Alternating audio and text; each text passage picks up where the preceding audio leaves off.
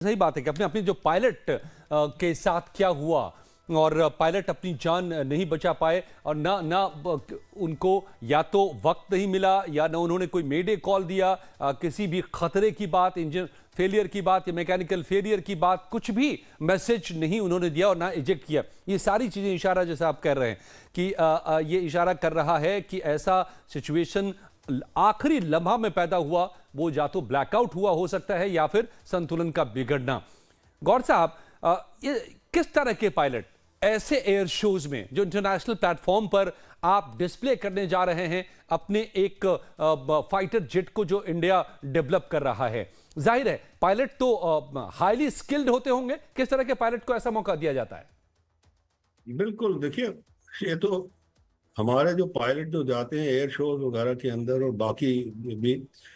पहली बात तो जितने पायलट्स हमारे हैं वो सारे ही बहुत स्किल्ड हैं, उनकी ट्रेनिंग वगैरह बहुत रिगरस ट्रेनिंग होती है। पर स्पेशली जो एयर शोज के अंदर होते हैं और जो हमारे जो टेस्ट पायलट्स होते हैं वो अव्वल बिल्कुल मैं कहूँगा बेस्ट ऑफ द बेस्ट होते हैं, क्योंकि उनका जो है उन्होंने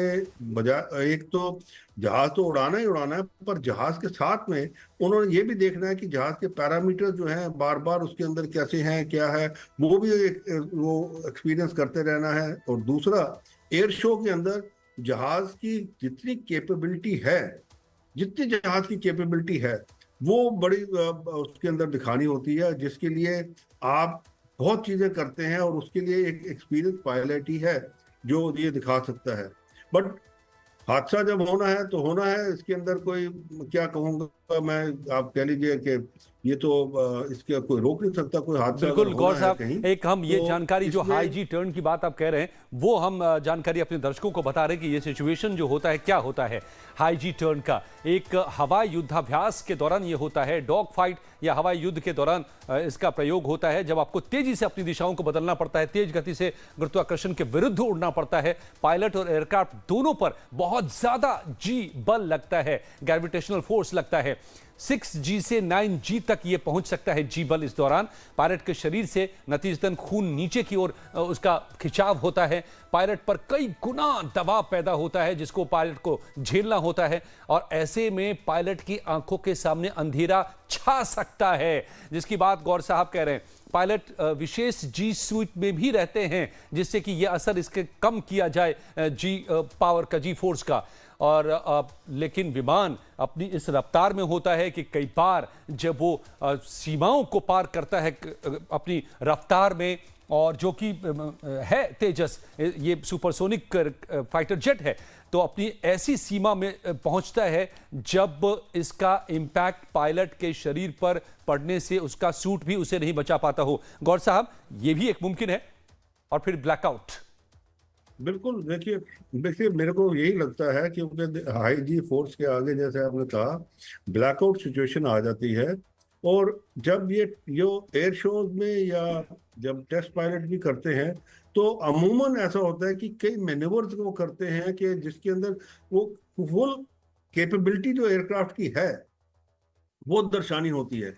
तो उसके दौरान इतना फोर्स होता है पायलट के ऊपर, हवाई जहाज के ऊपर तो एयरफ्रेम के हवाई जहाज के ऊपर तो होता ही है, बट पायलट की बॉडी पे इतना होता है। और आपको पता है ह्यूमन बॉडी है तो वो तो उसी हिसाब से रिएक्ट करेगी। अब खून जो है आपका सारा का सारा अपर बॉडी से, मतलब कि आप लगा लीजिए धड़ के ऊपर से, आपके सिर से, आपके ऊपर धड़ से वो नीचे टांगों की तरफ चला जाता है। इसलिए आप देखते हैं पायलट जो है वो जी सूट पहनते हैं। जी सूट का क्या होता है, उसके अंदर एयर प्रेशर चला जाता है जैसे वो होता है, और एयर प्रेशर जो है वो जो आपके खून को नीचे जाने नहीं देता, वो ऊपर ही रोक के रखता है उसको, ताकि ब्लैकआउट सिचुएशन जो आप कह रहे हैं जो आंखों के सामने बिल्कुल एक अंधेरा छा जाता है वो ना हो पायलट के अंदर। क्योंकि अगर वो हो गया तो फिर पायलट को जो है टाइम लगता है रिकवर करने के लिए। आपने खुद देखा होगा, अगर आप देखिए, आप अगर नीचे जैसे है आप बैठिए और बैठे हुए हैं अगर आप अपने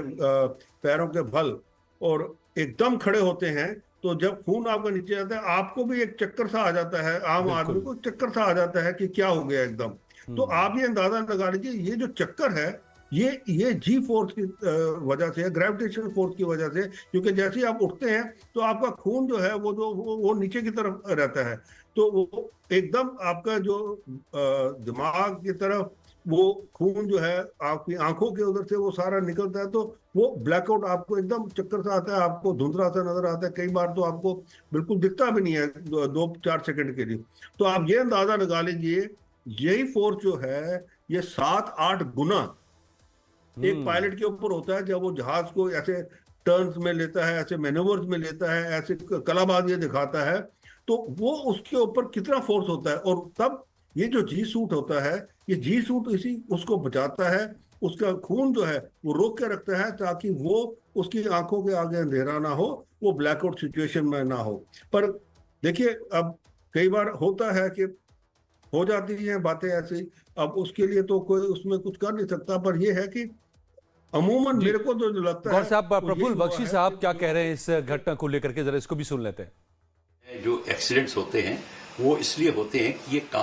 ये इतना ऐसा आसान नहीं होता या ऐसा सेफ नहीं होता जैसा कि लोग किताबों में बताने की कोशिश करते हैं। इसमें जोखिम उठाना पड़ता है, रेट ऑफ एक्सीडेंट्स हो सकते हैं, कुछ भी फेल हो सकता है, इंजन फेल हो सकता है, बर्न हिट हो सकती है, सेबोटाज हो सकता है, कंट्रोल जैमिंग हो सकती है, पायलट का इनकैपेसिटेशन, ब्लैकआउट हो सकता है, कई चीजें हो सकती हैं।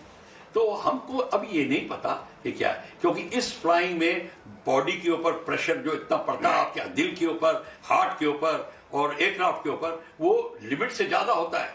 अगर किसी को ये सब प्रॉब्लम होती है वो कॉकपिट में नहीं बैठता। तो ये सारी की सारी चीजें जो हैं, ये करनी भी जरूरी है भारत के लिए। अपनी माँ, भारत देश माँ है हमारी, तो जो जवान बेटा है वो तो, और जो बेटियां हैं जो अब आगे बढ़ रही हैं, काम कर रही हैं, तो इसके लिए उनको जोखिम उठाना पड़ता है। तो ये जोखिम उठाया जा रहा है, और अगर इसमें आपको इंक्वायरी होगी और इंक्वायरी में सारी चूक जो क्या हुई, कहीं हुई, कोई गलती रह गई, वो सुधारी जाएगी ताकि आगे से ना हो। तो ये करा जाएगा, सेबोटाज का एंगल भी इससे रूल आउट किया जाएगा, तब बात बनेगी। तो अभी हमको इत्मीनान करना चाहिए, flight data recorder, cockpit voice recorder इत्यादि सबको लेके accident investigation team, air accident investigation team पूरे क्रैश के साइट के ऊपर ये रिकंस्ट्रक्ट करेगी। प्रफुल्ल बख्शी साहब बड़ी बात एक कह गए कि सैबोटाज के भी एंगल को नहीं से इनकार किया जा सकता है। ये बहुत बड़ी बात है अपने आप में। और जब देखिए इंटरनेशनल शो में आप अपने उत्पाद को रख रहे हैं, अपने प्रोजेक्ट को रख रहे हैं, अपने प्लेन को रख रहे हैं, तो दुनिया के वो देश, वो ताकतें, वो कंपनियां जो नहीं चाहती कि नई कंपनियां इस दौड़ में शामिल हो जाएं, उनकी क्षमता दुनिया को पता चले, तो सैबोटाज का भी एक एंगल हो सकता है, और या फिर दुश्मन भी ऐसा कर सकते हैं। तो क्या हुआ है आखिर इसमें, अब इसकी पूरी पड़ताल की जरूरत है, और जाहिर है कि बड़े पैमाने पर इसकी पड़ताल होगी। लेकिन इस वक्त की दुखद खबर, तेजस एयरक्राफ्ट हादसे का शिकार दुबई एयर शो में। और धन्यवाद अनिल गौर साहब।